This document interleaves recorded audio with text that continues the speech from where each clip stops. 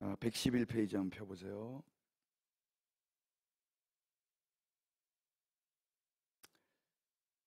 우리 주님은 하루 동안 이 메시지를 하신 거예요. 저는 이틀 했지만 우리 주님은 씨 뿌리는 자의 비유 시작하시면서 지금 오늘 여기까지 계속 하루 동안 하신 거예요. 피곤하셨을까요? 피곤하셨을까요? 우리 주님 그래도 인간이신데 피곤하시죠. 그날 그 긴 하루에 해가 저물고 있어요. 이 날은 예수님이 하루 종일 큰 무리와 제자들을 이 많은 비유로 가르치신 바로 그 날이에요. 성경이 무슨 단어로 시작하는지 그런 걸 잘 주목해서 보시면 재미나요. 우리가 이 책을 살펴보고 있는 마가복음 4장의 비유들은 예수님 말씀의 극히 일부분만 기록된 것이죠. 예수님은 씨 뿌리는 자의 비유부터 시작해서 여러 가지로 가르치셨어요. 실로 예수님의 가르침이 낱낱이 기록된다면 요한복음 말씀처럼 이 세상 그 전체를 준다 해도 이 책을 두기가 부족할 겁니다.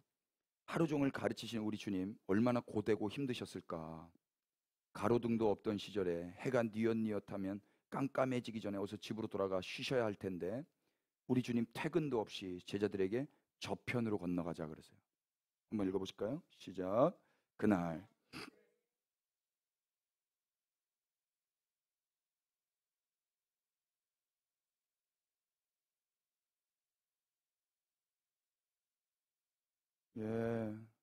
예수님이 건너가자고 말씀하신 저편이 어딘가?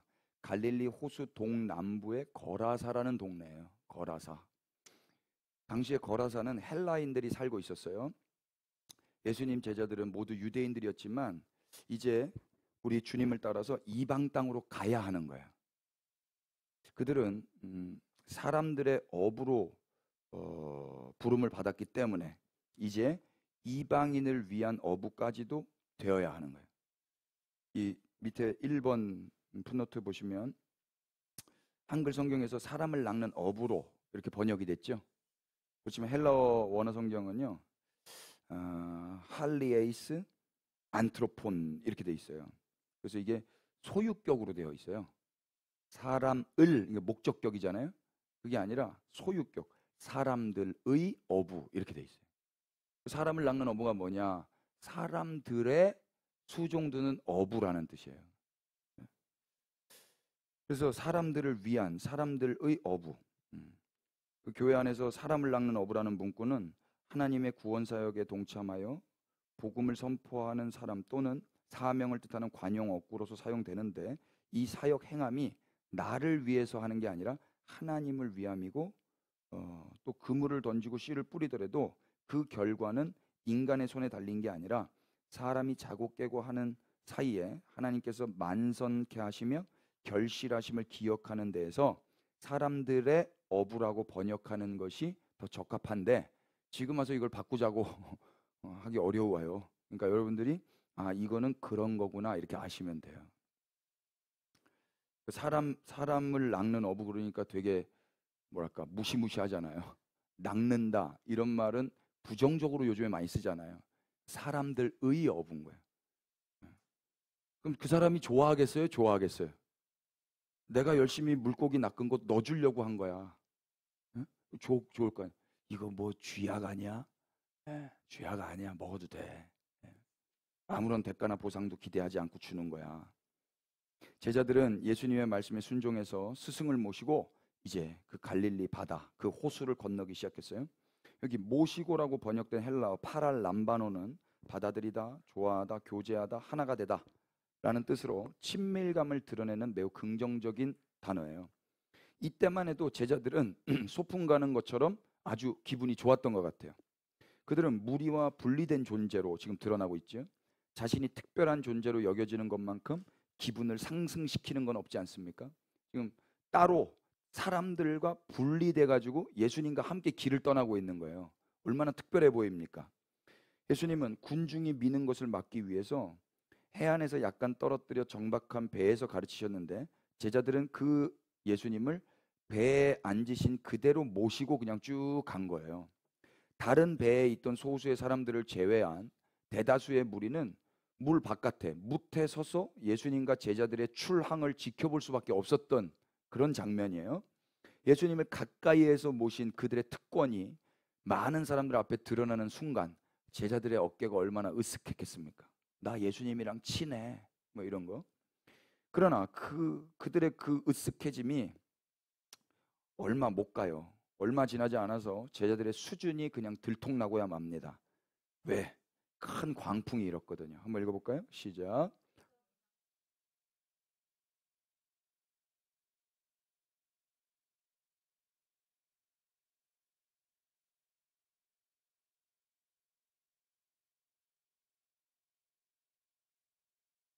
예, 이 말씀 참 광풍이 일어났죠. 큰 광풍.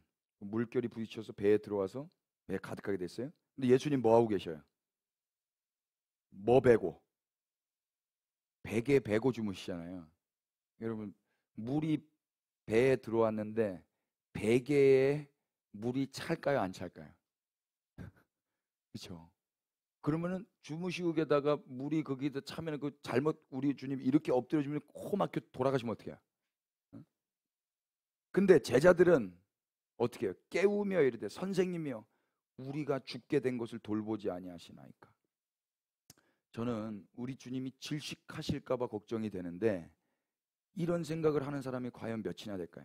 자기 목숨이 위태한 순간에 예수님을 먼저 걱정할 사람이 과연 몇 명이나 되겠냐 이 말이에요. 위기는 나의 수준을 확인할 수 있는 기회인 것 같습니다. 광풍 앞에서는 사람의 본심이 드러나기 마련이기 때문에 예수님을 사랑하는 것이 목적인 우리에게 진정한 위기의 순간은 예수님보다 나를 더 사랑하게 되는 그때인 거예요. 의기양양하게 배를 띄웠던 그 제자들이지만 큰 광풍이 일어나서 물결이 배에 부딪히고 배에 물이 가득 들이차는 그 순간 본색을 드러내고야 만 거죠. 발톱을 드러낸 겁니다. 그들은 예수님과 친밀하게 교제하던 즐거움 다 순식간에 잃어버리고 아우성을 치면서 곤히 주무시는 우리 주님을 흔들어 깨웠어요. 우리 주님 지금 피곤하시다니까요. 잡아먹을 듯이 거칠게 달려들면서 왜 우리가 죽게 된 것을 돌보지 않으시냐라고 항의했죠. 이게 인간들, 제자들의 본심이며 수준이었던 거예요. 예수님이 뭘 그렇게 잘못하셨습니까? 우리 주님이. 제자들로부터 이런 취급을 받으실 만큼 무심하고 무정하셨습니까? 저는 예수님을 변호해드리고 싶더라고요. 예수님은 조금 전 해가 질 때까지 종일 하나님 나라의 신비를 가르치셨고 지금 쉬지도 못한 채 배를 타고 움직이고 계시잖아요. 몹시 피곤하셨다니까요. 우리와 똑같은 인간의 몸을 입으신 우리 주님이 피곤을 이기지 못하고 주무셨다잖아요. 주님이 주무실 배에서 주무실 정도면 배에서 잘 잠이 오던가요? 큰 배는 잠이 잘 오죠. 근데 이런 배에서 어떻게 자냐고요. 그만큼 피곤하신 거예요. 우리와 똑같은 인간인데 근데 우리 주님 이 주무심은 정당한 거예요. 사람은 피곤하면 자야 되잖아요. 한 걸음 더 나아가서 예수님은 광풍 속에서도 주무시면서 하나님 나라의 신비를 지금 몸소 보여주고 계신 거예요. 우리말 주무시더니라고 번역한 헬라어 카디우도는요. 우리가 조금 전 시간에 배웠던 사람이 자고 깨고 하는 동안 씨가 자란다 라는 말씀에서 자고로 번역된 바로 그 단어랑 똑같은 단어예요. 그러니까 하나님 나라는 사람이 자고 깨고 하는 동안 자라난다 라고 가르치신 예수님이 당신이 말씀하신 그대로 가르치신 그대로 지금 행동을 하고 계시는 거거든요. 난 잔다. 예수님이 주무시는 그 카두디오 동안에도 하나님 나라는 어떻게 되는 거예요? 자라나는 거지요. 게다가 이 항해는 누가 가자고 하신 거예요? 예. 저리로 건너가자라고 예수님이 말씀하셨잖아요. 전능자의 선포는 곧 성취이기 때문에 예수님이 건너가자고 시작하셨으니 말씀하신 대로 건너편에 도달하게 됩니까? 됩니까? 예. 이게 바로 하나님 나라가 도래하는 가장 짧은 그림인 거예요. 예수님이 건너가자고 하셨기 때문에 이 배는 자초될 수 없는 거죠. 건너편에 닿은 그 미래는 이미 완성되어 있는 거예요. 왜? 이분이 가자고 하셨잖아요. 이분이 알파요 오메가지 않습니까? 그 과정에서 사람은 뭐 하고 뭐 하면 되는 거야? 자고 깨면 된다 그랬잖아요, 좀 전에. 근데 제자들은 잔다 못 잔다? 누구만 잔다? 예수님만 잔다. 그러니까 믿음은 누구만 있어요? 예수님만 있다니까요. 출항에서 도착 사이의 과정은 인간이 예수님의 말씀을 기억하면서 주님을 믿어야 하는 지점이지, 죽을까 두려워서 아우성을 치면서 예수님을 흔들어 깨우는 시간이 아니다 이야기입니다. 그러나 성경은 이 제자들의 믿음 없는 수준을 그냥 다 폭로해버리죠. 이게 제자다, 이게 인간의 수준이다. 이렇게 제자들 중 어느 한 사람도 예수님의 피곤함을 헤아리지 못해요. 예수님의 말씀을 기억하는 사람도 없고 말씀을 믿는 사람도 없고, 그저 자기 살겠다고 우리 주님 원망하며 흔들어 깨우고 다그치고 앉아 있는 거예요. 이 인간적으로 보면은 너무 무정하고 이게 속상합니다. 아, 내가 이러려고 예수 됐나 뭐 이런 말도 나오고 진짜. 그저 이기적인 그들의 난폭함만 있을 뿐이에요. 사람이 자기가 이렇게 똥줄이 타잖아요. 그럼 난폭해져요.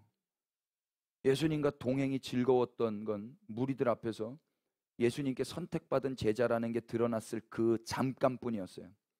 이들은 특권은 누렸지만 뒤따라오는 고난은 겪고 싶지 않았고, 권리는 누리고 싶었지만 책임은 부담하고 싶지 않았던 거죠.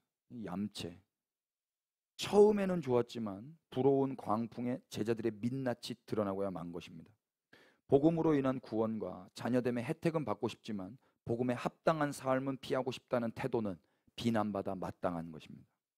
그리스도인들의 인생에서 주님을 향한 사랑을 나타내기로 보여주는 것은 일관성만한 것이 없어요. 일관성. 자신이 맞닥뜨린 모든 상황 가운데서 삶을 일관되게 살아가는 능력은 꾸준한 연습도 필요합니다. 제자됨의 특권뿐만 아니라 책임을 질 수 있는 어른으로 자라나는 훈련이기 때문에 그렇습니다. 그럼 어떤 사람이 믿음직해 보여요? 일관성 있는 사람이 믿음직해 보이지 않아요? 이 사람은 막 왔다 갔다 해. 이때는 막 이러다가 저때는 막 이랬다가. 그런 사람 믿겨져요, 안 믿겨져요? 그 사람 큰일 나요, 여러분. 한결같은 사람도 있잖아요. 근데 인생은 한결같은 게 없어요. 다 늙고 쇠해지죠. 그렇지만 그 가운데서도 신의 성품에 이제 참여하게 된 자로서 조금이라도 그 일관성과 항상성을 계속 유지하는 사람들이 있다고요. 그리스도인들인 거예요. 뭐가 그걸 하게 하냐면 사랑이 그걸 하게 해요. 사랑이. 제가 청년 때 제일 듣기 싫었던 말이 뭐냐면 열정이라는 단어였다니까요. 민규 형제, 열정이, 그 소리가 그렇게 듣기 싫더라고요. 저는 열정으로 하는 게 아닌데요. 저는 성령으로 하는 건데요. 안 믿었어요, 사람들이. 그러니까 빨리 늙고 싶더라고. 늙었는데도 똑같이 하면 그건 내 열정이 한 게 아니라고요. 내 젊음이 한 게 아니라고요. 그래서 지난 정권에서 나이 깎아줬잖아요. 저는 별로 안 좋았어요. 내가 어떻게 모은 하루하루인데. 사람들 그러잖아요. 젊었을 때가 좋다. 난 젊었을 때가 싫어요. 예, 다시는 안 돌아오고 싶어요. 힘들었어요. 예, 전 지금이 제일 좋아요. 언제나 지금이 제일 소중해요. 집진 레벤이라고 그래요. 독일 말로. 지금 여기, here and now예요. 지금 여기가 가장 좋은 때예요. 근데 맨날 과거를, 미래를 두려워하고 과거를 후회하고. 아니요. 주님 여기 계십니다. 왜 아멘 안 하세요? 지금이 제일 좋을 때요. 그러더라고요. 할머니들이, 우리 아내가 지금 목포에 있는데 몇 살이야? 그랬더니 뭐 30 몇 살입니다. 그랬더니 아이고 제일 좋을 때네. 근데 뭐 40 넘었는데 몇 살? 40입니다. 아이고 제일 좋을 때네. 50, 아이고 제일 좋을 때네. 진짜 그랬어요. 80 할머니가 70 할머니한테 물어보다 몇이요? 70입니다. 제일 좋을 때네. 제일 좋을 때예요. 맞죠? 그러니까 지금 여기 주님과 함께 있는데 제일 좋을 때죠. 근데 뭔 말하다 이겠죠? 어디 하다가? 그래서 일관성을 유지하는 거, 그 한결 같은 거. 그러니까 나이가 들어도 한결같으신 성령님 안에 있으면 일관성을 유지할 수 있다. 맞습니까? 네. 그런 거예요. 성령님이 일관되시니까, 한결같으시니까. 산들바람이 불어오는 그 기분 좋은 때에도, 광풍이 불어 배에 물이 가득 차 이제 죽게 됐구나 하고 하게 될 그때에도 성도에게는 늘 하던 대로 똑같이 살아갈 힘이 있어요. 그건 내 힘이 아니라 그분이 주시는 힘이에요. 해보라. 해봐야 알아요. 해봐야 자신의 수준을 파악할 수 있으니 일관된 태도를 취해 보십시오. 저편으로 건너가자 하신 주님이 지금도 함께 하세요. 성도의 일관성은 말씀하신 것을 이루시는 반드시 이루시는 그 주님의 신실하심을 믿음에서 오고요. 또한 어떤 상황에도 요동하지 않고 항해를 할 수 있는 능력은 흔들리지 않는 주님과 함께 함에서 오는 거예요. 오직 그것만이 성도의 일관된 수준을 결정짓습니다. 그런데 지금 제자들은 예수님과 함께 하고 있는데 일관되지 못하죠. 이유가 뭐예요? 함께하는 주님이 안 보이고 뭐가 보인 거예요? 광풍이 보인 거죠.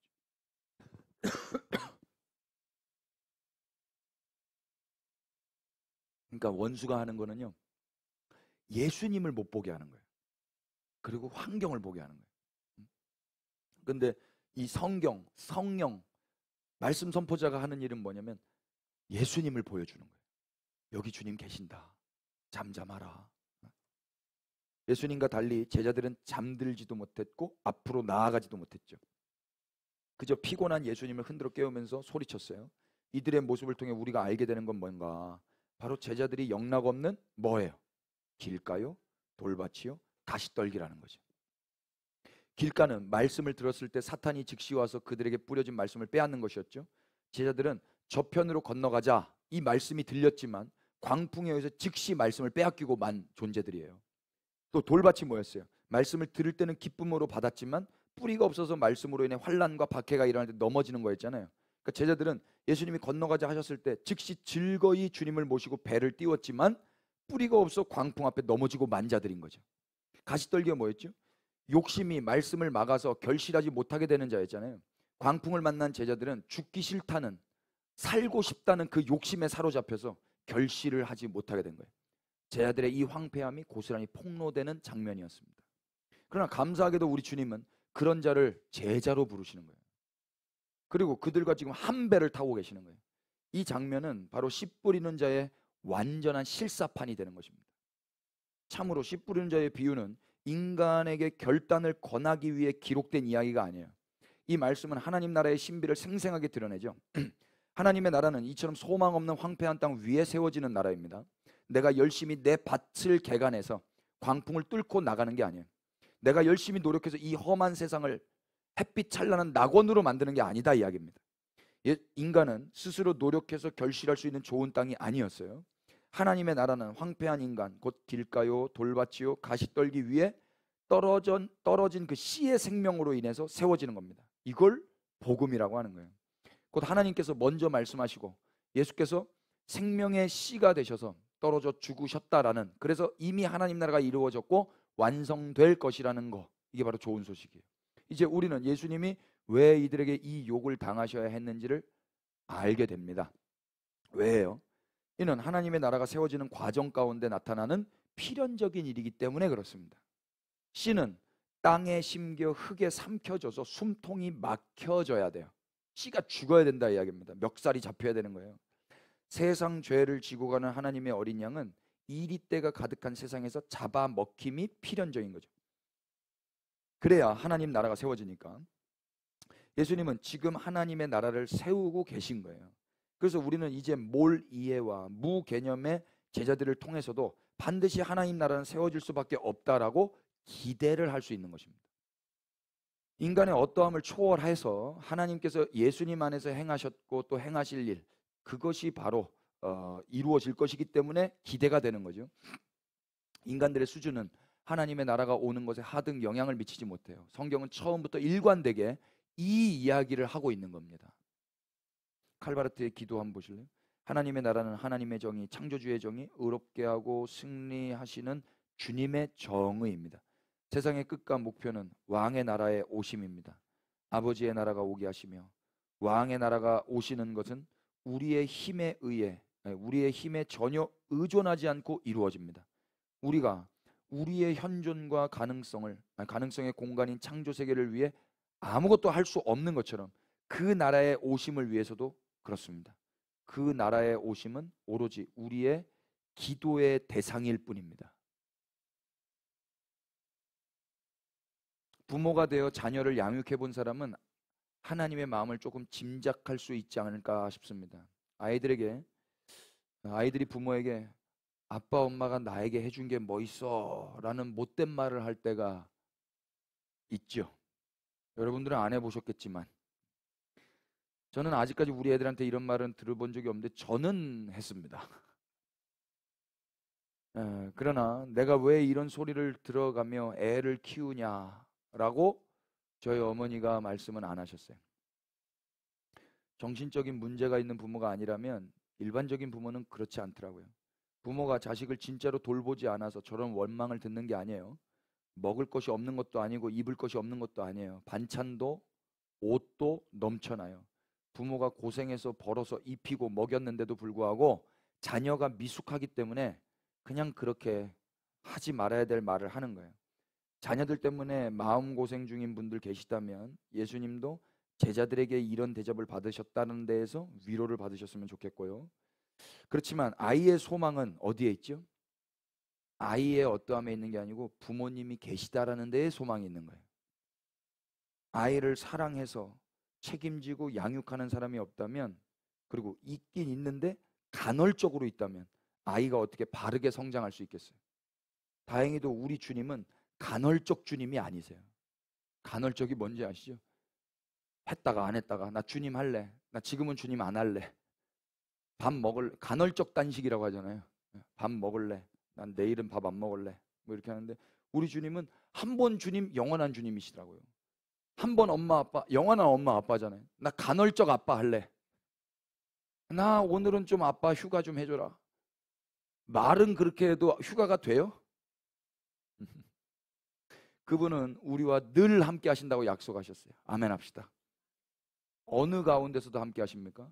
광풍 가운데서도 함께 하시는 분이세요. 이것이 그리스도인들이 소망을 가져야 될 근거이십니다.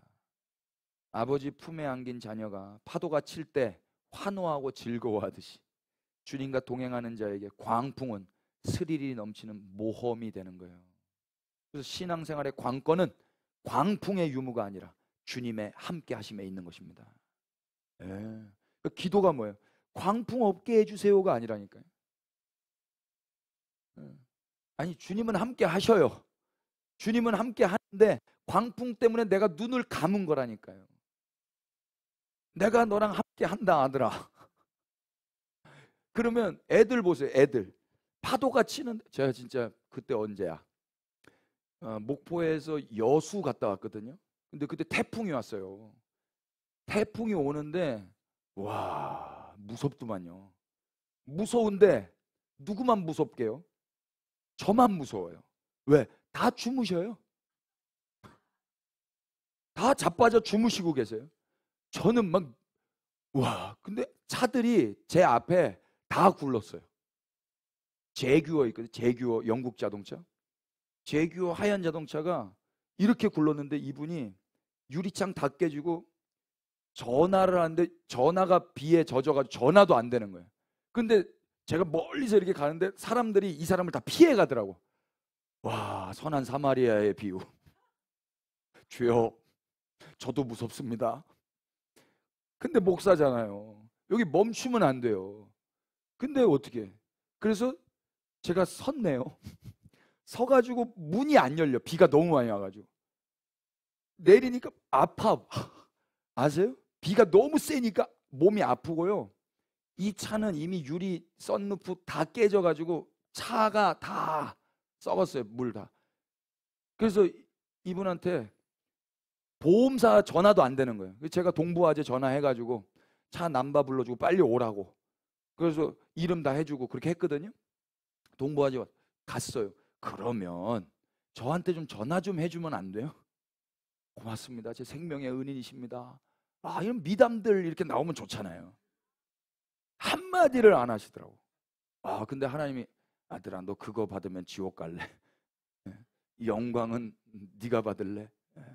그래서 하나님이 제게 영광을 주셨잖아요. 근데 아무튼 그때 제가 이렇게 문 열 때 와와와 하니까 주무시던 분들이 확 깼어요. 그때부터 무섭기 시작해야 되는데 이분들은 와 막 환호질로 놀고 있더라. 와 아빠 천장이 뚫릴 것 같아요 막 이러면서.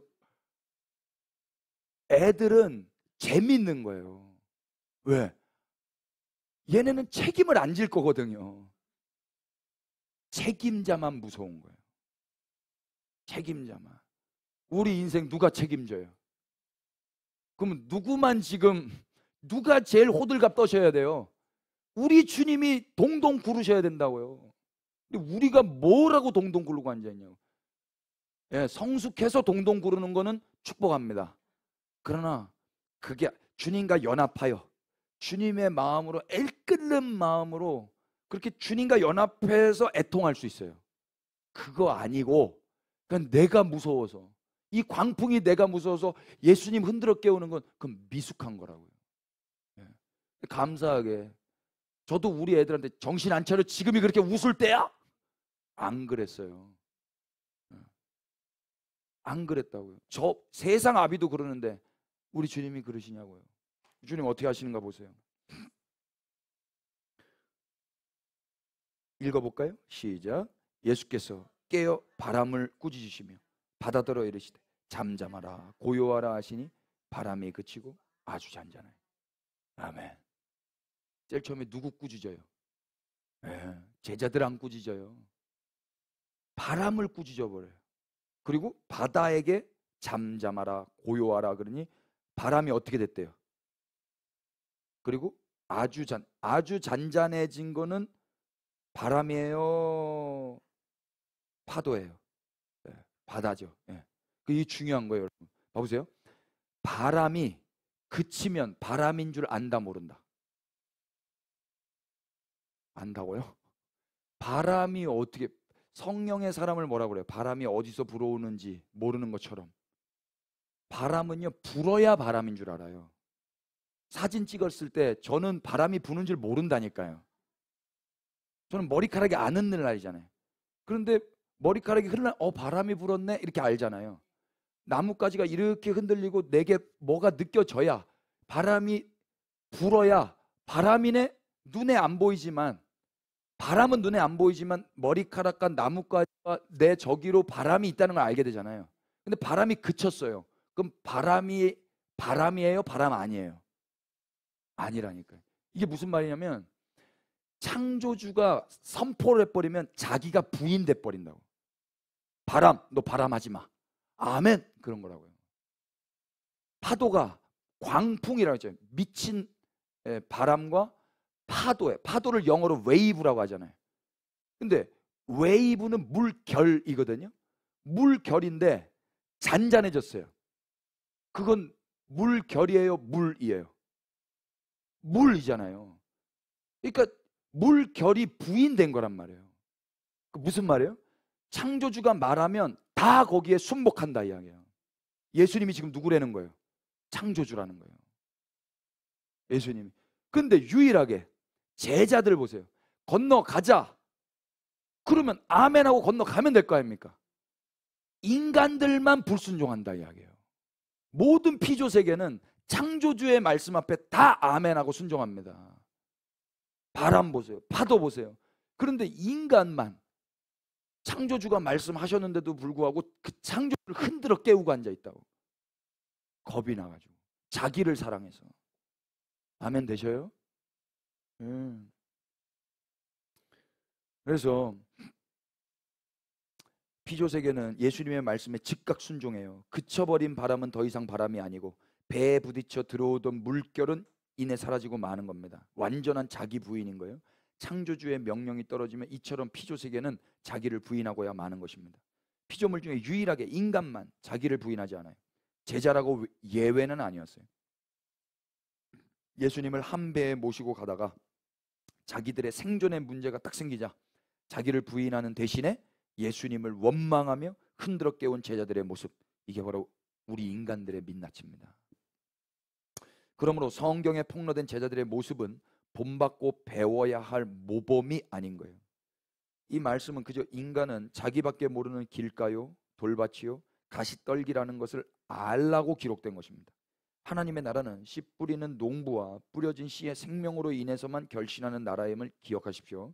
극단적인 예로 무슬림들이 대한민국을 다 삼켜버리면 하나님의 나라가 무너지겠습니까? 공산주의가 우리나라를 다 삼켜버리면 하나님의 나라가 무너지냔 말이에요. 우리나라의 기독교 다음 세대가 다 사라지면 하나님의 나라의 대가 끊어져요? 그럴 수 없습니다. 하나님 나라는 하나님의 의지와 능력과 성실함으로 이루어지는 거예요. 인간들의 어떠함에 좌우되는 그런 나라가 아닌 거예요. 물론 동성애와 마약과 무슬림과 초저출산율과 이런 모든 건 다 그리스도인들이 가슴을 찢으며 간구해야 될 내용이긴 합니다. 그러나 중요한 건 의와 동기가 중요해요. Purity of intention. 존 웨슬리가 한 이야기인데요. 의도의 순수성이 중요하다고요. 왜 기도하는지, 기도의 동기는 두려움이어서는 안 되는 거예요. 그리스도인들의 기도의 동기는 오직 사랑이어야 합니다. 내가 죽을까봐 무서워서 울고불고 하는 기도라면 두려움에는 형벌이 따른다 했기 때문에 무시무시한 겁니다. 온전한 사랑이 두려움을 내어 쫓는단다. 너는 뭐가 그렇게 두려워서 기도하니? 뭐가 그렇게 근심이 돼서 기도하니? 내가 너와 지금 여기 이렇게 함께하고 있는데 이제 나와 함께 이 광풍을 뚫고 건너가자. 주님은 그렇게 말씀하실 거예요. 이날의 제자들은 주님의 말씀에 순종하지 못했어요. 그들은 조급했고 무례했죠. 그러나 예수님은 그들의 무례함을 질책하지 아니하시고 그들의 요구를 들어주세요. 오래 참으신 거예요. 우리 주님의 자비와 인내, 우리가 찬양해야 되겠죠. 그렇다고 계속 우리가 무례해도 되는 건 아닙니다. 우리는 이 이야기 속의 제자들이 미성숙한 상태임을 기억해야 됩니다. 앞으로 제자들은 예수님의 양육을 받으면서 자라나게 될 거예요. 성숙해진 그들은 하나님 나라를 위해서 순교하는 용사가 될 것입니다. 진짜로 그렇게 순교하든가요, 안 하든가요? 하게 되잖아요. 그건 이들이 훌륭해서 그런 게 아니라고요. 지금 여기 복음서의 초반 부분에는 이렇게 미숙한 게 폭로되는 이유가 뭐예요? 이런 자가 순교자가 됐다. 그럼 그 사이에 무슨 일이 있다는 거예요? 우리 주님이 하늘의 씨가 되어서 썼고 이렇게 성숙시키셨다는 거죠. 군인의 목적은 나라와 형제를 지키는 거예요. 우리도 마찬가지예요. 신앙의 목적은 나의 목숨을 지키는 게 아니에요. 누구든지 자기 목숨을 구원하려고 드는 사람은 잃을 거라고 말씀하시고 예수님 때문에 자기 목숨을 잃는 사람은 찾을 거다 말씀하세요. 그리스도인의 신앙의 목적은 마음과 뜻과 목숨을 다해 주 너의 하나님을 사랑하고 죄에서 우리를 건져 의롭다 하신 그분을 경배하는 것입니다. 하나님의 힘을 이용해서 내 목숨, 내 명예, 내 부를 지키는 건 기독교 신앙 아니에요. 속지 마세요. 기독교인의 삶의 의도와 동기는 오직 사랑입니다. 예수님으로부터 사랑받은 대로 그분을 사랑하는 이 사랑은 자기의 유익을 구하지 않고 무례히 행치 않는 것입니다. 부디 기독교의 고상함을 피차 잃어버리는 일 없기를 바랍니다. 신앙의 성숙한 어른들이 좀 많아졌으면 좋겠다 싶고요. 자기의 유익을 위해 주님 앞에서 고래고래 살려달라고 부르짖는다면 그 기도가 응답된들 무슨 유익이 있겠습니까? 사랑 없으면 아무것도 아니라 그랬잖아요. 기도라는 선한 행위를 하더라도 내 유익을 위해 구했다면 사랑이 없기 때문에 하나님 앞에 울리는 꽹가리 소리에 불과한 것입니다. 예수님은 그런 제자들의 마음속을 다 알고 계셨어요. 그래서 비로소 이제 제자들에게 몸을 돌려서 이야기하십니다. 다 같이 이해 시작.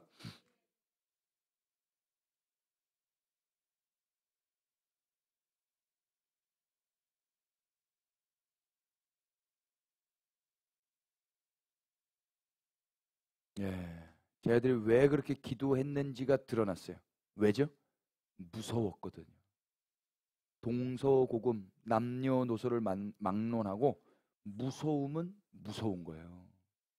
겁 많은 개들이 짖는 겁니다. 무서움의 원인이 드러났어요. 이유가 뭐죠? 믿음의 부재인 거예요. 제자들은 뭘 믿지 못했던 걸까요? 첫 번째, 그들은 하나님 나라가 사람이 자고 깰 때 성장한다라는 예수님 말씀을 믿지 못한 거죠. 그러니까 잠이 안 오는 거예요. 그분의 나라는 인간의 어떠한가 상관없다라는 이 주님의 말씀을 잃어버렸던 거죠. 두 번째, 건너가자라고 말씀하신 스승의 말씀도 믿지 못했어요. 그래서 그들은 잠을 잘 수가 없었고 주무시는 예수님을 부르짖어 깨울 수밖에 없었던 거죠. 세 번째, 그들은 예수님을 믿지 못했어요. 믿음의 주가 되시는 예수님이 지금 한 배에 타고 계시건만 겁에 질린 그들의 안중에 그분은 없었습니다. 제자들은 광풍에게 예수님의 권위도 말씀도 실존도 다 빼앗겨 버리고 만 거죠. 이게 무서운 이유입니다. 17세기 화가 렘브란트가 그림을 그렸는데, 여러분 그 핸드폰으로 지금 찾으면 바로 보실 수 있어요. 칼라로. 갈릴리 바다의 폭풍입니다. 한번 보실래요? 띄워줄 수 있으면 띄워보세요. 여기 보시면 여러분 핸드폰이 더 크게 보실 수 있을걸요? 이 사람들을 저는 잘 봤어요. 사람들 그림을 보는 게 좋더라고요. 이게 어느 순간부터 미술관에 가서 그림을 보는 게 재밌어요. 올려보세요. 여기 있다. 네. 이게 지금 이 성경을 화가가 그린 거예요. 화가가. 몇 명인지 시알려 볼까요? 하나, 둘, 셋, 넷, 다섯, 여섯, 일곱, 여덟, 아홉, 열, 열하나, 열둘. 근데 열셋. 예수님 여기. 하나, 둘, 셋, 넷, 다, 일곱, 여덟, 아홉, 열, 열하나, 열둘, 열셋. 이게 아마 렘프란트가 아니었겠는가. 작가의 의도. 예수님 멱살 잡혔죠.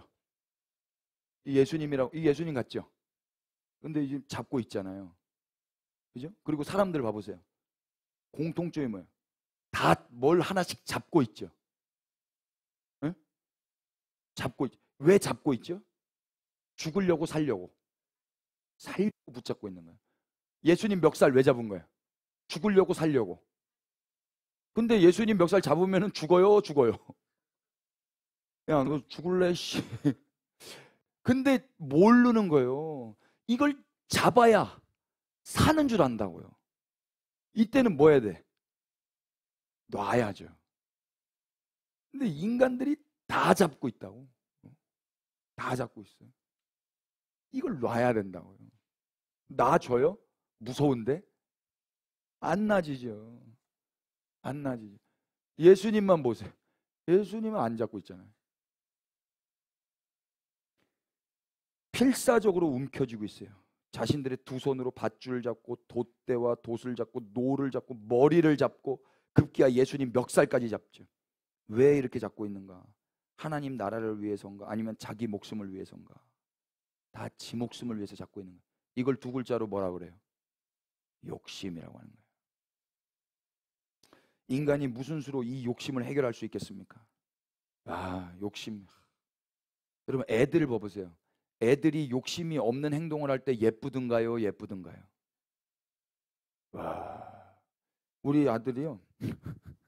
뭘 이렇게 하다가 자 이제 그만하자 그러면 딱 내려놓고 가더라고. 우와 환장하겠어요 그냥. 그때 알았잖아. 민규야 가자. 아멘. 주님이 기뻐하시고 예뻐하시고. 인간들이 그런 인간이 근데 어디 있어요? 그리스도인들만 이거 한다고. 다른 사람들은 다른 건 다 해도요. 언제 이걸 못 놓는 줄 알아요? 죽음 앞에서. 그리스도인들만 자 가자 그러면 예 주님 감사합니다. 놓고 가요. 주님이 부르시는데 안 간다고 버팅기면 돼야 안 돼요? 안 되죠. 그러니까 창조주가 부르면 다 와야 되는 거예요. 그런데 인간들이 안 하는데 죽음이 그거거든요. 죽음이 가자 그러면은 주님이 가자 그러면 좋은 거다. 주님 못 믿으세요 여러분? 저분 믿었다간 큰일 나. 골목길 데려가서 때릴지 몰라. 아니라니까. 주님이 부르시는 건 죽음이라 할지라도 복음입니다. 주님이 주시는 건 다 좋은 거잖아요. 저는 제가 좋은 게 좋은 건 줄 알았어요. 근데 좋으신 분이 주는 건 다 좋은 거예요. 예.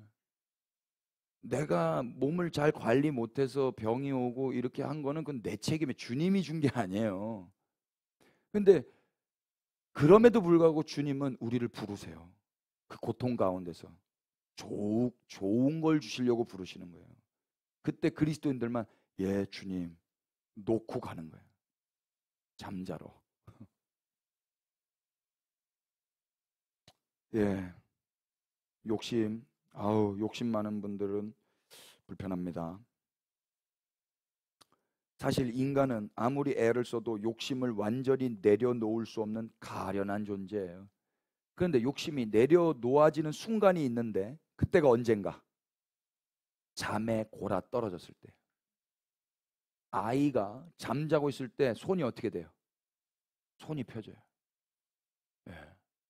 애들 봐보세요. 뭐 어떤 장난감 같은 거 이렇게 자고 있다가 쫙 피잖아요. 그럼 여기가 때가 껴있어. 땀이 하도 나가지고.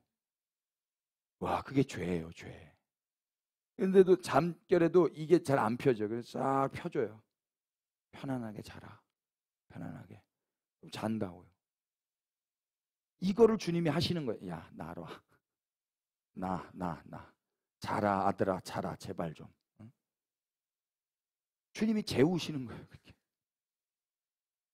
그게 인간은 그래서 어떻게 해야 된다? 자야 된다. 그래야 자신을 위해 자기 목숨을 위해 꽉 움켜졌던 손이 스르르 펴지는 거예요. 예수님은 사람이 잘 때 하나님 나라가 잘한다고 말씀하셨잖아요. 인간이 힘주어 붙든다고 해서 하나님 나라가 잘하는 게 아니에요. 기독교 신앙은 내가 뭔가를 붙들어서 되는 게 아니라 하나님이 이런 이기적인 우리를 붙잡고 계심을 믿는 거예요. 주님께서는 현재 우리뿐만 아니라 온 땅을 붙잡고 계신다라고 믿습니다. 아멘. 이 계시록 7장 1절에 그러잖아요. 사방을 붙잡고 있으라고 그러잖아요. 주님이 붙잡고 계시기에 우리는 비로소 손을 놓고 살 수가 있는 거예요. 이게 자유인 거예요. 제가 한번 얘기해. 저는 주님과의 관계가 이건 줄 알았어요. 이거. 그래서 제가 저 갑니다. 당신이랑 안 놉니다. 이러면 관계가 끊어지는 줄 알았다고. 근데 이게 아니에요. 이 끊어져요? 난 절교할 거예요. 절교가 되냐고요. 이렇게 잡고 있었어요. 절교합니다. 그래도 붙잡고 계신 거예요. 이렇게 붙잡으니까 자유롭잖아요. 응? 이걸로 이게 자유라고. 자유. 구원의 확신이 뭐가 필요해? 이게 구원의 확신. 구원의 확신이 여기에 있어요? 이 팔에 있어요? 응? 아니 내가 낫다고 난 끝났어 이거예요? 난 낭떠러지야 이거예요? 아들아 이걸 봐라. 이걸 가린 거라니까요. 그래서 종교가 뭐냐면 야 꽉 잡아야 돼. 체험 있어야 돼. 경험해야 돼. 이거 해야 돼. 헌금해야 돼. 출석해야 돼. 전도해야 돼. 이게 다 잡고 있는 거예요. 다 놔라. 그 다음에 이 믿음 안에서 이 자유 안에서 이제 예배가 회복되는 거고 전도가 헌금이 달라지는 거고 하는 행동은 똑같은데 동기가 달라진다 이야기예요. 나를 위해서 여기서 떨어지지 않으려고 탈락되지 않으려고 다 했던 거예요. 아둥바둥 피곤해요. 그리고 최고의 부작용은 뭐예요? 자랑을 한다고요. 근데 이 안정감 가운데 기쁨 가운데 이 자유로움 이 릴렉스 가운데서 그때부터 하는 건 그분이 잡았기 때문에 하는 거기에 그분을 노래한다고요. 이건 기독교밖에 못하는 거예요. 더 많이 해. 더 이때 했던 것보다 이때가 더 많이 한다고요. 그 이야기 아세요? 어떤 여자가 결혼을 했는데 아주 고약한 분이랑 결혼했어요. 이분이 막 일거수일투족 막 쫓아다니면서 막 체크하고 출근할 때 막 1번부터 40번까지 오늘 해야 할 일을 막 리스트를 주는 거예요. 체크. 막 숨통이 막히도록 신랑 오기 전에 그거 다 해야 되는데 오늘도 31밖에 못했네. 내일은 32개 해봐야지 하는데 32개 못하고 또 31밖에 못하고 어떤 날 39개 하고 한 1년 지났는데 이제 비로소 한 40개 꽉 채우고 근데 칭찬은커녕 이제 맛있게 했어? 내일부터 또 잘해? 숨통이 막히는 거예요. 어떻게 살아요? 감사하게 이 신랑 돌아가셨네요. 할렐루야. 이 신랑이 죽어버렸어요. 이 여자가 예쁘고 착하니까 재혼을 했네요. 이 두 번째 신랑은 완전 다른 신랑이에요. 여보 아무 일도 하지 마. 여보 그냥 마사지 갔다 오고 운동 갔다 오고 맛있는 거 사 먹고 TV 보다가 그리고 그냥 나올 때 그냥 방글방글 맞아 만져. 어우 이렇게 이게 진짜일까? 남자는 다 똑같다던데. 그런데 1년 지나고 2년 지나고 3년 지나고 진짜인 거예요. 그러니까 이 여자가 막 콧노래를 부르면서 막 청소를 하고 시장 가서 장을 봐오고 그러다가 다락방까지 청소를 했네요. 다락방 청소하는데 그 옛날 전 남편이 줬던 리스트가 딱 나온 거야. 오늘 내가 해야 될 40개 리스트. 옛날 게 그게 보였는데 지금 자기가 하는 일을 보니까 80개를 하고 있네. 옛날에는 40개 그렇게 해라 해도 못했던 건데 지금은 사랑받으면서 콧노래 부르면서 80개를 하고 있더라는 거예요. 이야, 여러분 이게 복음과 은혜 아래서 사는 자들의 생산성이에요. 생산해 내 생산을 못한다니까요. 하지마 하지 말라 그래도 해요. 그럼 아세요? 야, 공부하지 마. 공부하지 마 그래도 공부한다니까요. 책 보지 마. 야, 불 꺼. 좀 자라 얘들아. 전도하지 마. 그래서 막 전도해요. 성경 보지 마 그래도 아우 잠깐 이거 한 절만 더 보고 아우. 옛날에 만화책 볼 때 여러분 그런 적 없으셨어요? 이 다음 어떻게 되나? 성경을 그렇게 봤어야 되는데. 제가 이번에 나오는 책, 이 새 책 6월 28일 날 나온다고 하시는데 그 책이 그랬어요. 챕터가 6개인데 죄송합니다. 1챕터 보는데 자는데 이거를 보는데 핸드폰으로 계속 봤거든요. 이 컨펌을 해야 되기 때문에 이 피곤하면 이거 핸드폰 눈 떨어지는 거 아시죠? 그랬는데도 6장까지 다 보고 잤어요. 재밌다 이야기입니다. 우리 편집자분께서 우리 대표님께서 엄청 심혈을 기울이셨어요. 이건 제가 한 게 아니에요. 하나님과 그분이 하셨어요. 그래서 재밌어요. 아무튼 간에 은혜가 훨씬 더 사람을 생산성 있는 사람으로 만들어내는 거예요. 은혜가. 하나님이 우리를 막 이렇게 공산주의처럼 하지마 이렇게 안 하시고 은혜를 줘버리신다고요. 그 자유와 은혜 아래서 훨씬 더 크고 상상도 못할 결과물들이 나오는 거예요. 아니 나라를 봐보세요. 북한이 AI 만들어요? 미국이 AI 만들어요? 북한이 애플을 만들어요? 미국이 애플을 만들어요? 북한이 테슬라를 만들어요? 미국이 테슬라를 만들어요? 강압적으로 억압적으로 하는 나라에서는 그런 창의적인 생산성 있는 일이 안 된단 말이에요. 자유를 주고 평화를 주고 이 릴렉스 가운데 이 안전함 가운데서 사람들이 무한대의 가능성으로 볼드한 일들을 해낸단 말입니다. 역사가 말하고 있는 거잖아요. 신앙도 마찬가지. 막 들들들들 볶아가지고 막 군인처럼 막 이렇게 훈련시키고 내가 생각하는 범위 안에서 이런 건 만들어낼 수 있어요. 그런데 지가 얼마나 똑똑하면 똑똑하겠어요. 하나님께 맡기고 그러면 진짜 상상도 못할 일들이 나타난다고요. 그때는 나도 놀라고 얘도 놀래요. 둘이 같이 하나님을 찬양한다고. 근데 내가 원하는 대로 너 이 매뉴얼대로 해. 이렇게 살아야 돼. 그렇게 성공했다 그래도 찬양은 내가 받는 거예요. 애를 요만한 인생으로 만드는 거예요. 하나님이 그런 인생들을 만들어 놓으시겠냐고요. 풀어놓아 다니게 하라. 풀어놓아 다니게 하라. 거기서 배운 자들은 그걸 해야죠. 왜 사람들을 가둬놓고 가두리 양식을 하고 있냐고. 다 자연산들인데. 자연산들이란 말이에요. 내가 다 양식을 하고 있는 거야. 양식을. 내 어장에서 어장 관리를 하면서 더 이상 말하면 잘못되기 때문에 절제하겠습니다. 자 보세요. 위기 상황에서 예수님께 무례하게 행했던 제자들의 모습은 오늘 우리 스스로를 돌아보게 한다. 진지하게 자문자답해보라. 우리들 각자에게 예수님이 누구신지, 예수님이 이 땅에 오신 이유는 하나님 나라 복음을 전하고 씨로 땅에 떨어져 죽기 위함이지 제자들 뒤치다꺼리 하기 위함이 아니셔요. 예수님은 우리를 돌보시는 분이시기 전에 바람과 파도도 그분의 말씀 앞에 순종하게 하시는 우리의 예배를 받으셔야 할 하나님이십니다. 아멘 합시다. 제자들은 예수님을 자신을 위한 분이라고 오해했기 때문에 그분께 감히 해서는 안 될 무례한 행동도 거침없이 했죠. 만약 우리도 예수님이 우리를 돌보시는 분이라고만 생각한다면 광풍 앞에서 철없는 아이처럼 그분의 멱살을 잡고 흔들어 깨우려고 달려들지 몰라요.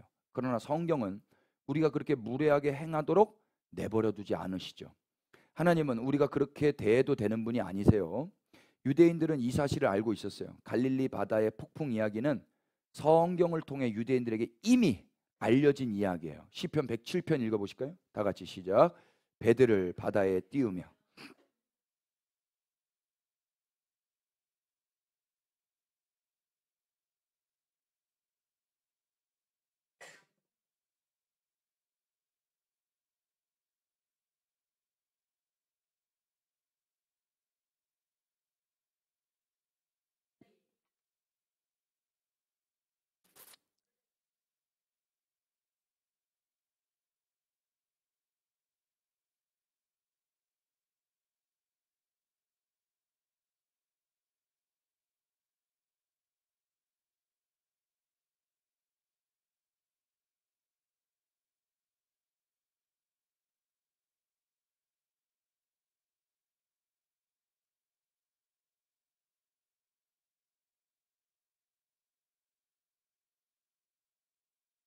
예, 여러분 딱 읽어보니까 이거 무슨 이야기 같으세요? 지금 딱 마가복음 4장의 그 이야기 같지 않으세요? 이 시편 우리는 몰랐어도 유대인들은 알았을 거 아닙니까? 이 시편에 따르면 광풍이 얼마 일어나서 바다 물결을 일으키는 건 여호와께서 명령하셨기 때문이라는 거죠. 큰 물결에 의해서 하늘로 솟구쳤다가 깊은 곳으로 내동댕이 쳐지는 배 안의 사람들은 두려움에 영혼까지 녹아서 부르짖었지만 광풍을 고요하게 하시고 물결도 잔잔하게 하셔서 평온하게 항구로 인도하시는 여호와 하나님을 경험한 다음에는 그분을 높이고 찬송하는 존재로 바뀌게 되잖아요. 갈릴리 바다에서 제자들이 탄 배를 삼킬 듯이 달려들었던 광풍도 예외는 아니. 이날의 미친 바람과 거센 물결은 여호와의 명령을 따라 일어났다가 여호와의 명령을 따라 사라져 버려요. 예수님께서는 어린아이 수준의 제자들을 예배자로 만들어 가기 위해 이 상황을 조성하신 거예요.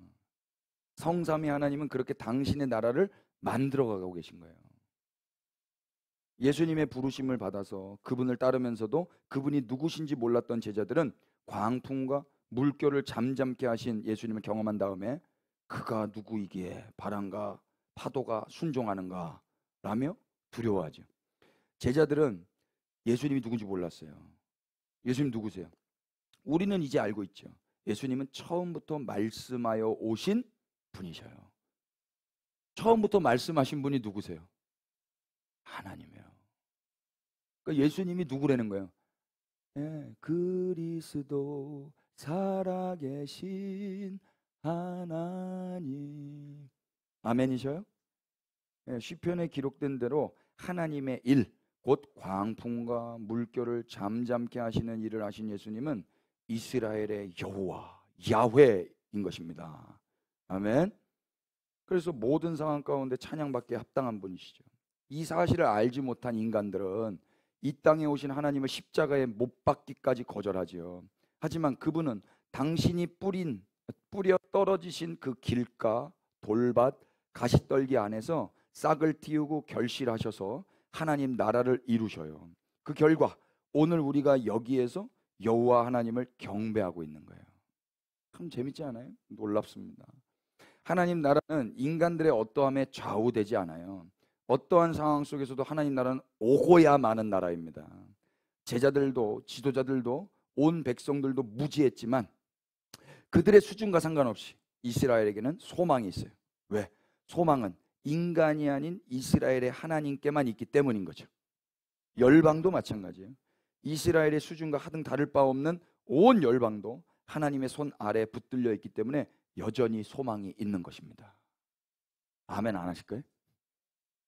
우리 소망이 있다 없다? 예? 우리 소망이 있지요. 우리에게는 소망 없지만 하나님이 계시기 때문에 우리 소망이 있다 없다? 있다. 대한민국 소망이 있다 없다? 있다. 현실로 봤을 때 소망 없죠. 뉴스 꺼버리고, 뉴스를 폭파시켜버리고 싶어 그냥. 답답해 죽겠어 그냥. 국회 폭파시켜버리고 싶어. 그러나 믿음의 눈을 주님이 까주시면 주여 대한민국이 소망이 있습니다. 예, 이스라엘 소망 없어요. 이스라엘은요 진짜 성경 안 읽어요. 그러니까 성경 토론하는 걸 좋아하거든요. 근데 종교인들 빼놓고 일반인들 있잖아요. 일반 이스라엘인들 몰라요. 몰라. 그렇게 몰라도 그렇게 모를 수가 없어요. 그래서 오히려 이렇게 이야기하면 예수님 진짜로 지금 쑥쑥 들어갈지 몰라요. 제가 지난번 여기 미국 갔다 온 다음에 제가 했나요? 네. 그때 했잖아요. 그때 제가 그 브루클린에서 찬양하는데 계속 저한테 이렇게 하더라고. 전 이거는 많이 봤지만 이건 처음 봤어요. 근데 느낌상으로 이게 칭찬 같지는 않았어요. 그래서 물어보니까 자기들도 모른다고 했는데 구글링해서 찾아보니까 이게 뭐냐면 지옥에나 떨어지라는 거예요. 제가 거기서 바로 가봐. 그때 주님만이 왕이시면 영어 버전 주셨거든요. 하나님 영어로 제가 하고 싶고 한데 사람들이 그 전에 영어로 많이 했어요. 근데 제가 그건 제 게 아니니까 제 입에 안 붙고 안 부르고 싶더라고요. 근데 그 뉴욕에서 브루클린 가는데 그 맨하탄 가고 브루클린 가는데 우리 그 라이드 해주신 그 혜진 자매님 차 뒷좌석에서 제 기도하고 하나님 그때 주신 거예요. 그게 Yeshua, you are King of Kings예요. 근데 이번에 아이자이아 61에서 그렇게 안 했어요. 아니 그러니까 그래서 제가 이야기했죠. 나는 내 원작자는 이거다. 그래서 싹 했어요. 그런데 자기들이 하고 싶은 대로 하셨어요. 근데 원하시는 대로 하시라 제가 그랬죠. 그래도 감사하게 이분들은 제 허락을 맡았어요. 근데 지금 오늘 제가 지금 확인했는데 어떤 분들이 제 허락도 없이 음반을 또 내셨더라고요. 주님만이 왕이십니다로. 아니 그러면 안 돼요. 변호사님.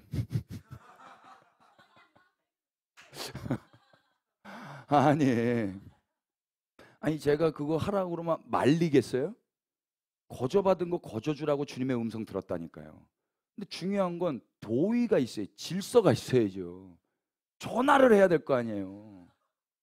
저희가 이거 음반 내려고 하는데 목사님 괜찮을까요? 아이 그럼요. 제가 축복할게요.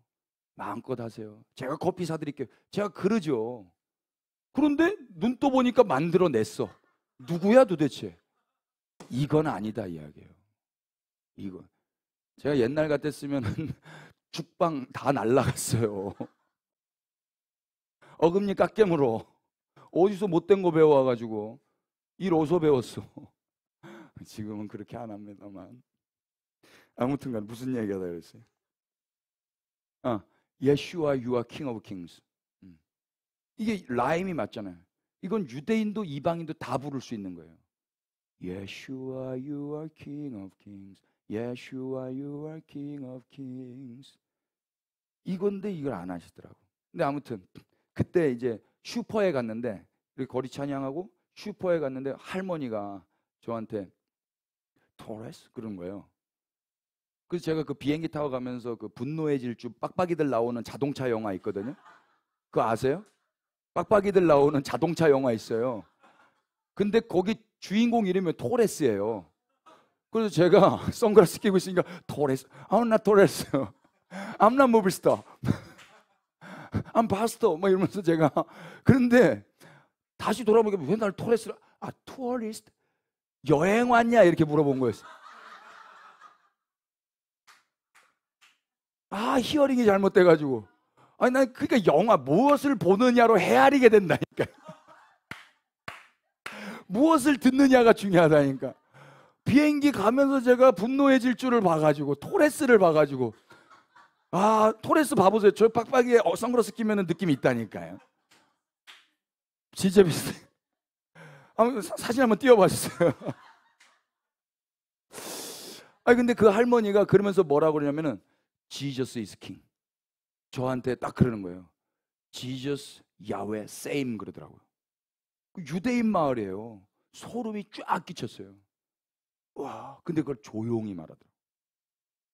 그러니까 뉴욕이 이스라엘과 똑같은 수준의 그 이거 토레스예요. 토레 어디 있어? 여기는 없네. 예, 예, 이 빡빡이들 또 빡빡이 또 있어요. 빡빡이 원. 예, 예. 여기 이 빡빡이가 이제 여기가 여기인데. 그러니까 빡빡이는 다 비슷하게 생겨 보여요. 예, 빡빡이들은요. 아무튼 이제 치워주시면 감사하겠습니다. 아무튼간에 그분이 저한테 야훼와 지저스가 세임이라고 하더라고. 와, 소름이 끼쳤어요. 오, 그분들도 아는 거죠. 유대인들이 예수님이 하나님이라는 거를 제가 직접 들었죠. 유대인 할머니가. 여러분, 근데 유대인들이 요즘 멀리 있지 않고요. 한국에 많습니다. 포항에도 계실 걸로 제가 아는데 씨를 계속 뿌려주세요. 그래서 영어를 하는 거예요. 저처럼 잘못 듣지 마시고. 자, 어디였죠? 예. 결국 씨 뿌리는 자의 비유가 첫 단추라고 그랬죠. 하나님 나라는 어떠한 상황 가운데서도 반드시 오고야 말아요. 길가, 돌밭, 가시떨기, 어두움, 아무렇게나 뿌려짐, 잠잠, 작고 작은 겨자씨, 땅에 묻힘, 풍랑, 예수님 멱살 잡힘, 예수님 돌아가심, 이런 상황 가운데서도 하나님 나라는 온다. 예, 그거예요. 어찌 믿음이 없냐고 제자들을 나무라신 예수님이 거기서 심판하여 끝내지 아니하시고 맞은편 거라사 땅까지 인도하시는 모습. 예수님 거라사 땅 제자들 데려갑니까? 데려가잖아요. 그런 거라고요. 예수님은 하나님 나라를 이루셨고 이루실 거예요. 이게 바로 씨 뿌린 자의 비유 결론이고, 이것이 하나님 나라 신비이고 바로 복음인 거죠. 곧 복음은 인간들은 건너갈 수도 없고 만들어낼 수도 없는 나라를 하나님이 친히 만들어내신다라는 좋은 소식이고, 예수님이 오셔서 이미 만들어내셨다라는 소식인 거예요. 아멘 합시다. 우리는 이제 씨 뿌리는 자의 비유를 알았고 성경 전체를 조망하는 눈을 얻었어요. 안목이 생겼다 이야기예요. 이 시각으로 로마서 10장과 11장을 보면 이제 신비가 보여집니다. 다 같이 시작.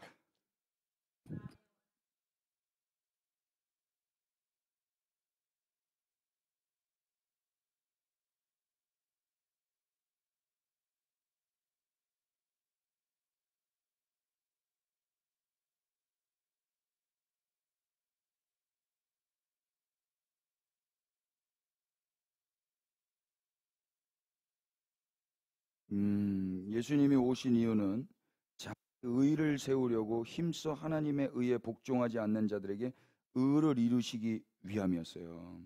하나님의 의를 모르고 자기 의를 세우려고 힘써 하나님의 의에 복종하지 않은 처참하고 황폐한 이스라엘에게 예수님이 오셨죠. 그렇게 오신 주님은 그들의 수준에 구애받지 않으세요. 예수 그리스도는 하나님의 열심에 순복해서 십자가에서 죽고 하나님의 의를 완성해서 율법의 마침이 되세요. 그렇게 비로소 그를 믿는 자는 부끄러움을 안 당하고 누구든지 주의 이름 부르는 자는 구원을 받는 은혜의 때가 시작이 된 거예요. 그럼에도 불구하고 복음에 순종하지 않는 백성들이 있는데 하나님이 이들을 어떻게 하시는가 보세요. 시작. 그러나 그들이 다 복음을 순종하지 아니하였도다. 이사야가 이르되 주여 우리가 전한 것을 누가 믿었나이까 했으니 그러므로 믿음은 들음에서 나며 들음은 그리스도의 말씀으로 말미암았느니라. 그러나 내가 말하노니 그들이 듣지 아니하였느냐? 그렇지 아니하니 그 소리가 온 땅에 퍼졌고 그 말씀이 땅끝까지 이르렀도다 하였느니라. 그러나 내가 말하노니 이스라엘이 알지 못하였느냐? 먼저 모세가 이르되 내가 백성 아닌 자로서 너희를 시기하게 하며 미련한 백성으로서 너희를 노엽게 하리라 하였고, 이사야는 매우 담대하여 내가 나를 찾지 않은 자들에게 찾은 바 되고 내게 묻지 않은 자들에게 나타냈노라 말하였고, 이스라엘에 대하여 이르되 순종하지 아니하고 거슬러 말하는 백성에게 내가 종일 내 손을 벌렸노라 하였느니라. 아멘. 포기하지 아니하시는 하나님은 인간들이 하나님을 부를 수 있도록 말씀하신 예수님을 보내셨어요. 믿음은 들음에서 나기 때문이죠. 그렇게 땅에 떨어지신 예수님이 계속해서 말씀하셨지만 사람들은 듣지 않습니다. 알았지만 아는 자처럼 살지 않았습니다. 그들에게는 말씀대로 살 힘이 없었기 때문에 그렇습니다. 그래서 하나님은 순종하지 않고 거슬러 말하는 백성에게 당신의 손을 종일 벌리셨습니다. 이것이 십자가 위에서 일어난 일이에요. 하나님의 아들 예수 그리스도는 십자가 위에서 손을 벌리고 죽기까지 내려오지 않으셨어요. 무서워 뭐든지 움켜져야 하는 인간들과는 달리 절대적인 복종을 하신 거죠.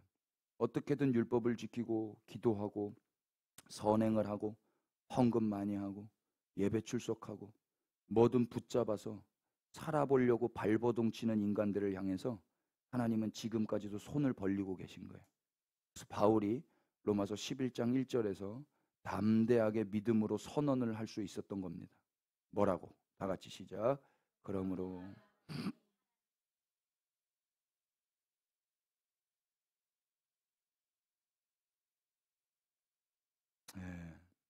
길가 돌밭 가시떨기인 이스라엘에게 하나님은 종일토록 손을 벌리셨고 어떠한 강풍이 불어와도 당신의 강한 손으로 꽉 붙드셨어요. 그래서 버림받지 않는 거예요. 이들만 버림받지 않을까요? 이방 그리스도인들도 마찬가지로 버림받지 않습니다. 이스라엘이 넘어져 버려진 것 같은 이방인의 때, 은혜의 때에 그분의 손에 붙들려 온 우리는 여기서 끝이 아님을 이제 알아야 합니다. 이제는 우리가 고개를 들어서 아버지께 간구해야 할 것입니다.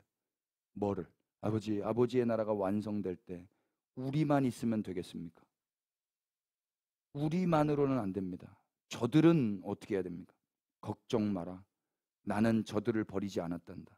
너희들도 건졌는데 저들을 버리겠느냐? 나는 지금도 여전히 종일 손을 벌리고 있단다. 근데 이들이 그 하나님을 모르니까 우리가 전해준다고. 충고로 소식으로. 그 소식을 전하는 삶이 자기를 부인하고 자기 십자가를 지고. 그럼 유대인들이 가르치려고 하겠죠. 니네가 하나님을 알아? 어떤 분이 그러시더라고요. 유대인 마을에 가서 야 니네 회당이 어디야? 왜? 기도하려고. 그랬더니 뭐랬는 줄 아세요? 네가 기도가 뭔 줄 알아? 유대인이 이방인한테 네가 뭘 알아? 기도가 뭔지. 유대인은 유일하신 참 하나님께 기도하는 거예요. 근데 이방인들이 그들이 생각했을 때 이방인의 하나님은 다 우상이고 없는 것들이잖아요. 그렇다고 네가 뭘 기도를 한다고. 맞는 말이거든요. 근데 하나는 맞고 하나는 틀리죠. 그 하나님이 육신을 입고 오셔서 이방인들에게까지도 아버지가 되어주셨어요. 그래서 기도를 가르쳐 주셨다고요. 그분이. 하늘에 계신 우리 아버지. 이방인들도 우리 아버지라고 말할 수 있게 됐다고요.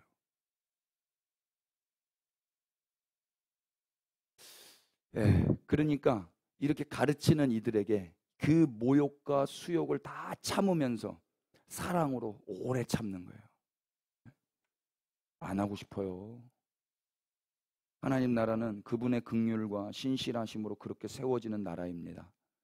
하나님의 이 긍휼과 신실하심이 예수 그리스도 안에서 나타났죠. 그래서 예수 그리스도 안에서 누구든지 유대인과 이방인 모두가 은혜를 받을 거예요. 인간이 붙잡아서도 아니고 인간이 뭘 해서도 아니에요. 하나님이 손을 벌리셨기 때문입니다. 그 나라는 황폐한 길가, 돌밭, 가시떨기 위에 생명의 씨 예수님이 뿌려지셔서 자라나게 하신 농부 하나님으로 인해서 오는 나라입니다.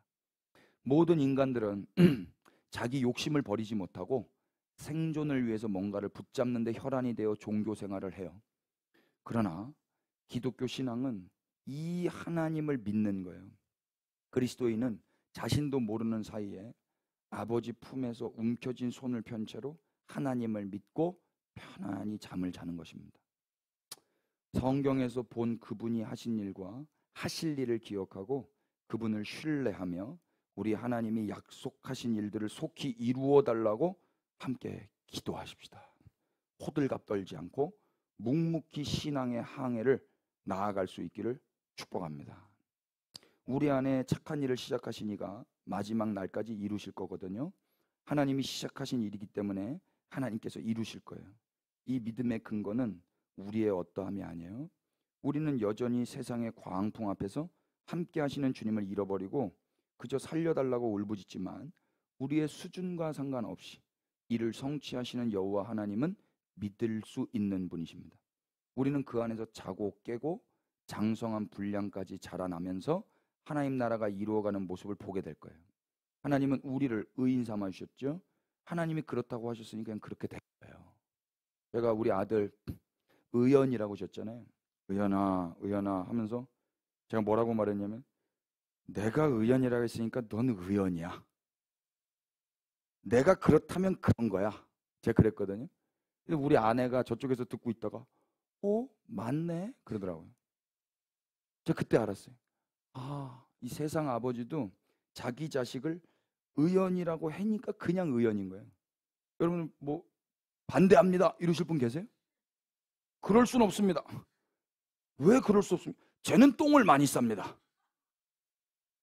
쟤는 아직도 아빠를 안 하지 않습니까? 쟤는 죄연입니다.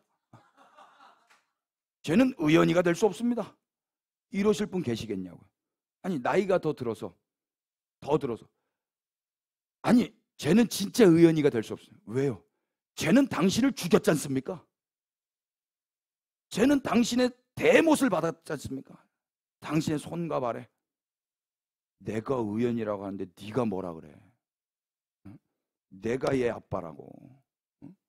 내가 의연이라고 그랬으면 그냥 의연인 거야. 우리 주님이 우리를 그렇게 의인이라고 부르신다고요. 아멘이죠?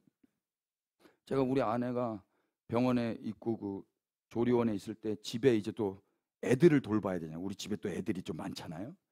조리원에 있지만은 또 여기 또 애들이 있으니까 집에 청소하고 빨래하고 하는데 뭘 빨래를 했냐면 제가 우리 아내가 이제 그 갑자기 진통이 와가지고 갔거든요. 그때 입었던 속옷 그 속옷을 제가 빨았어요. 그 속옷을 제가 빠는데 여기에 묻은 피들, 이슬들 이게 다 내 씨로 말미암은 피란 말이에요. 그걸 누가 빨았냐? 내가 빨았다고요. 제가 빨았어요. 제가 빨아서 깨끗하게 빨아서 제가 제 안방에다 걸어놨어요. 근데 누가 와서 이 속옷을 이게 피 묻은 속옷을 여기다가 누가 더럽게 걸어놔 이렇게 말할 사람이 있어요, 없어요? 있으면 제가 가만히 있어요, 안 가만히 있어요? 더럽다고? 내가 빨았어. 내가 빨았는데 누가 더럽다 그래? 내가 내 생명 낳느라고 흘린 피 내가 빨았고 내가 깨끗하게 했다고. 그래서 내 방에다가 걸어놨는데 누가 뭐라 그래? 예? 여러분 우리가 예수 그리스도의 피로 말미암아 깨끗하게 씻어진 자라고 믿습니까? 그분이 씻었다고요. 내가 씻은 게 아니라 그분이 씻어서 여기 딱 걸어놨어요. 근데 더럽다고 누가 말할 수 있어요? 더럽다고 말하면 우리 주님이 가만히 있겠어요? 누가 더럽다 그래? 내가 빨아 이게 더러워? 일로 와봐. 내가 빨았는데 뭐가 더러워? 내가 전능자야. 내가 우리 집 가장이야. 누구보다 내가 심혈을 기울여서 빨았어. 제가 이거 대충 빨았겠어요? 울면서 빨았어. 울면서. 우리 아들 낳느라고 우리 아내가 얼마나 고생했는데. 우리 주님이 대충 피 흘려서 우리를 깨끗하게 씻겼겠어요? 대충 이렇게 헹궜겠냐고 이렇게. 퇴퇴퇴 보혈 조금 이렇게 해가지고 야 미안하다 여긴 조금 안 발려졌다 야. 주님이 씻었다니까요. 내가 생각했을 때는 찝찝할 수 있죠. 내가 생각하면 또 더럽게 느껴질 수 있죠. 사람들이 말하니까 어우 저 죄인. 우리 주님이 우리를 씻어내셨습니다. 그러니까 감사하는 거예요. 기독교는요. 감사.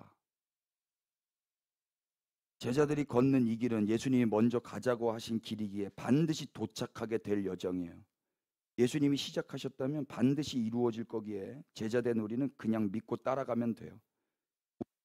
하나님이 씨를 뿌리신 분이시고 동시에 추수할 분이심을 알고 있고 씨로 뿌려진 예수 그리스도의 생명으로 인해서 반드시 결실하게 될 것을 알고 있어요.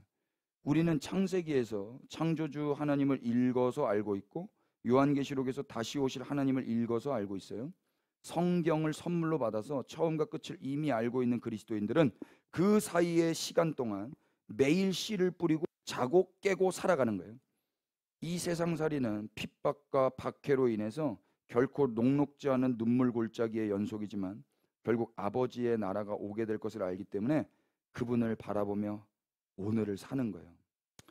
로한 윌리엄스라는 분이 계신데 이분이 뭐라 그러냐, 어떤 그리스도인이든 가장 하기 어려운 일은 바로 지금 이 순간을 감내하는 일이다. 이게 제일 힘든 거예요. 더 좋아질 미래에 대한 기대 때문에 실망스러운 현재를 외면하는 태도는 소망 없는 이 땅에 떨어져 십자가에 달리신 그리스도를 믿는 신앙과는 거리가 먼 거예요. 그러니까 이거를 종교인들이 하는 거예요. 희망 고문을. 그리스도인은 하나님이 지금도 우리와 함께 하시며 여전히 약속을 이루기 위해 쉬지 않고 일하고 계심을 신뢰하면서 그냥 오늘을 사는 거예요. 오늘을 감내하면서. 제자도는 하나님이 약속하신 그것이 이루어짐을 믿고 살아가는 삶인 겁니다. 교회는 광풍을 두려워하며 울부짖는 사람들이 아니라 주님의 나라가 이 땅에 임하도록 간구하는 사람들입니다. 하나님의 나라와 그 의를 구하는 그리스도의 몸된 교회로 살아가실 수 있기를 축복합니다. 아멘. 마치는 글 있어요. 마치는 글. 온통 씨 뿌리는 자의 비유였죠. 마가복음 4장. 근데 마가복음 4장만 그렇게 써요? 성경은 온통 씨 뿌리는 자의 비유라고 말해도 과언 아니에요. 씨 뿌리는 자의 비유는 밭의 비유가 될 수 없어요. 좋은 마음으로 말씀을 받자, 좋은 밭이 돼서 열매 맺자, 그런 거 아니다고요. 마가복음 4장의 핵심은 황폐한 땅에 뿌려 떨어지신 예수님이세요. 밭은 스스로 좋아질 수 없어요. 범죄한 인간에게 뭘 기대할 수 있겠습니까? 인간에게는 소망 없어요. 인간은 그 어떤 실력자가 와도 살려낼 수 없는 황폐한 땅이에요. 하나님이라면 모를까. 그래서 하나님께서 친히 일을 하신 겁니다. 죽음으로 돌진하는 비참한 죄인에게 느닷없이 생명의 씨가 뿌려졌어요. 그렇게 썩은 땅에 떨어진 씨는 우리 안에서 생명의 열매를 맺었고, 그래서 생명은 만든 게 아니라 받은 거예요. 우리는 그렇게 구원을 만들어내는 게 아니라 받은 겁니다. 믿음의 조상 아브라함 역시 그의 믿음이 좋아서 하나님의 부르심을 받은 게 아니었죠. 아브라함 역시 길가, 돌밭, 가시떨기였지만 언약을 주시고 그 언약을 이루시는 하나님의 열심은 아브라함이라는 밭을 기경하여 열매를 맺으셨어요. 성경을 읽는 이들이 하나님의 이 열심을 알게 되기를 바라면서 성경의 주인공이 하나님이심을 알고 성경의 품격을 높여주시기를 바랍니다. 성경의 인물들을 소개하며 그들을 담자고 권면하는 메시지는 성경을 위인전으로 격화시키는 행위예요. 부디 이 책을 통해서 인간이 아닌 하나님을 볼 수 있는 안목이 열리셨기를 바라겠습니다. 우리 하나님은 어두운 현실 속에서도 약속하신 등불을 끄지 않으셨어요. 겨자씨와 같고 작고 무력해 보이는 모습 속에 감추어진 생명력으로 무겁고 두터운 땅을 뚫고 올라와서 보란듯이 새 생명의 꽃을 피우셨어요. 제자들은 예수님을 곁에서 모시고 그분의 가르침과 돌봄을 받으면서도 예수님이 누군지 몰랐죠. 예수님은 바다를 잠잠케 하시는 이스라엘의 야훼시고 천지의 창조주셨지만 제자들은 그분을 알지 못했고 말씀을 믿지 않았어요. 그런 믿음 없고 이기적이고 무례한 수준의 제자들 가운데서도 예수님은 하나님 나라를 이루어 가셨고 1세기 유대인들과 로마인들이 그분을 향해 고함을 지르고 침을 뱉고 마구 때리고 십자가에 못 박아 죽여버렸지만 하나님은 인간의 무례함과 그 범죄함 속에서도 당신의 나라를 지키셨고 이루어 가셨어요. 그것이 예수님의 부활이었고 성령의 강림이었고 교회의 탄생이고 복음이 전파된 새로운 창조의 역사인 것입니다. 그때로부터 지금까지 복음은 온 세상에 전파되었고 전 세계에서 지금도 성경이 읽혀지고 있죠. 문제는 그분의 피로 낳으신 교회가 여전히 그분이 누군지 모르고 그분의 말씀을 믿지 못하는 어린 수준에 머물러 있다라는 것이고, 성경을 그리스도와 하나님 나라 중심으로 읽지 못한 데에 있는 거예요. 그러니까 말만 잘하고 재밌고 그러면 굿 어드바이스를 해도 사람들이 거기를 다 가더라고요. 복음이 없어도 인류는 여전히 심판받아 마땅한 황폐한 밭이에요. 그러나 그 위에 하나님은 여전히 당신의 능력으로 당신의 나라를 이루어 가시며 머지않아 완성하실 거예요. 절망의 이스라엘과 제자들, 그리고 온 인류에게 유일한 소망은 하나님 한 분이십니다. 이것이 씨 뿌리는 자의 비유를 통해서 우리가 확인하는 소망이에요. 하나님은 어떠한 상황 가운데서도 반드시 당신의 나라를 이루실 겁니다. 그러니 그리스도인들은 암울한 현실 때문에 좌절하거나 낙심할 수가 없어요. 세계 각지의 이상기온, 선진국들의 도덕적 해이, 심각한 수준으로 퍼져나간 마약 중독, 중국의 경제 위기, 불법 이민자들이 넘쳐나고 우크라이나 러시아 전쟁은 끝날 기미가 보이지 않죠. 이스라엘과 하마스의 전쟁이 계속되는 중동은 여전히 언제 터질지 모르는 전 세계의 화약고이고, 아프리카, 서남아시아 국가들은 독재와 가난, 남미의 마약과 폭력, 가난은 해결의 실마리가 전혀 보이지 않습니다. 이런 현실의 소식은 우리를 두렵게 하지만 우리는 별일 없이 주님을 경외함으로 주님의 나라를 구하며 편히 자고 일어날 뿐이에요. 길가, 돌밭, 가시떨기, 어두움, 아무렇게나 뿌려짐, 겨자씨만큼 작음, 땅에 묻힘, 풍랑이 일어 죽을 것 같음, 믿음이 없어 예수님의 멱살을 잡는 무례함 가운데서도 하나님의 나라는 반드시 이루어질 것임을 확인했기 때문에 죽음의 풍랑을 뚫고 건너간 그 거라사에서 예수님은 귀신에게 사로잡힌 이방인 한 사람을 온전케 하세요. 생명의 탄생은 씨앗의 죽음에서 비롯돼요. 그래서 파괴는 창조를 창조하는 겁니다. 황폐한 땅에 하나님의 빛이 비추이는 이 이야기는 오늘도 계속되고 있다고 저는 믿습니다. 창조주 하나님은 지금도 당신의 손에 쥐어진 미랄이 되어 그분이 던지시는 대로 뿌려질 제자들을 찾고 부르세요. 내가 파괴되어 하나님의 생명을 창조할 사람들을 말이죠. 극심한 피곤과 낙심, 갖은 수모와 절망을 부르는 죽음의 풍랑을 뚫고 건너가서 살려내야 될 그 한 사람, 그 사람이 거기 있기 때문에 씨를 뿌리시는 거예요. 저와 여러분이 그 창조주의 손에 들린 바로 그 한 미랄이 되기를 축복합니다. 아멘. 기도하십시다. 하나님 감사합니다. 예, 주님. 호기로 저를 던져 뿌리시라고 말하기보다 정직하게 주님, 미랄 되기 싫습니다. 미랄이 무섭습니다. 두렵습니다. 라고 고백하겠습니다. 그러나 주님, 우리 뜻대로 마시고 아버지의 뜻대로 하시옵소서. 우리 원대로 마시고 아버지의 원대로 하늘의 뜻을 우리 안에 이 땅 가운데서 이루시옵소서. 예수께서 그렇게 사셨던 것처럼 우리도 아버지께 충성되이 순복하는 자녀들로 살아가고 싶습니다. 주님 은혜 주셔서 이 영광스러운 삶을 살아보게 하여 주옵소서. 꼭 지금 이 시간 그 갑갑하고 답답하고 썩고 있는 삶을 보내시고 계시는 분들이 계시다면 영광에 참여한 것으로 알고 잘 견뎌내게 하여 주시옵소서. 그리고 머지않아 그날에 주님이 다시 일으켜 세우실 때 주님께 영광이 되며 많은 열매를 맺고 많은 사람들을 살려낸 그 기쁨을 누리게 하여 주시옵소서. 예, 이틀 동안 경청하신 우리 교우들을 축복하고 또 이 자리를 허락하신 하나님과 이 시간을 성실하게 이끌고 오신 우리 목사님, 그리고 이 공간 식사로 섬겨주셨던 그 모든 귀한 손길들 축복합니다. 하나님께서 하나님 주실 수 있는 선하고 좋은 것들로 은혜를 내려 주시옵소서. 주 예수 그리스도의 은혜와 하나님 우리 아버지 끝이 없으신 사랑해 주심과 성령님의 말할 수 없는 탄식으로 우리에게 기도를 가르쳐 주시고 지금도 변함없이 함께 하시는 그 은혜가 여기 모인 당신의 귀한 영혼들 위해 지금부터 영원토록 함께 계실지어다. 아멘. 이것으로 마쳤습니다.